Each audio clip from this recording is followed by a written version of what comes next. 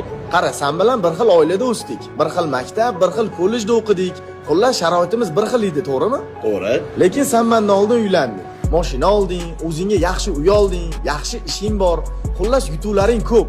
Shunaqa yutuvlar nima menda-yu, o'rtoq?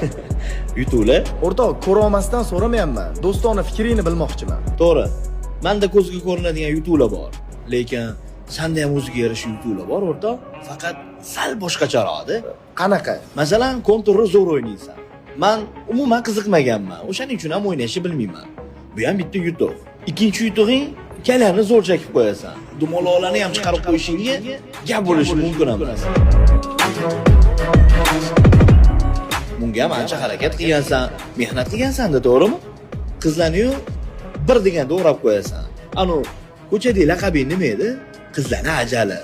Ha? Keyin sen obedgacha uxlaysan. Men bo'lsam ertalab 8 da ishga ketaman. Taniqli odamlarning necha pul topayotganini hisoblab yurasan. Bilasan. Men bo'lsam o'zimni pulimni hisoblayman. O'zim bilan o'zim ovoraman, o'rtoq. O'rtoq, zo'r tushuntirding. Tushundim seni. Qara, bu dunyoda yutuq yo'q odamning o'zi yo'q.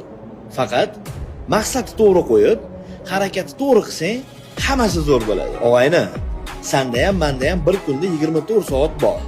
Senda kamroq, menda ko'proq emas. Vaqtingni arzon narsalarga sarflab qo'ymay, hali yoshsan-ku. Harakat qilgin, zo'r yutuqlarga erishasan sen.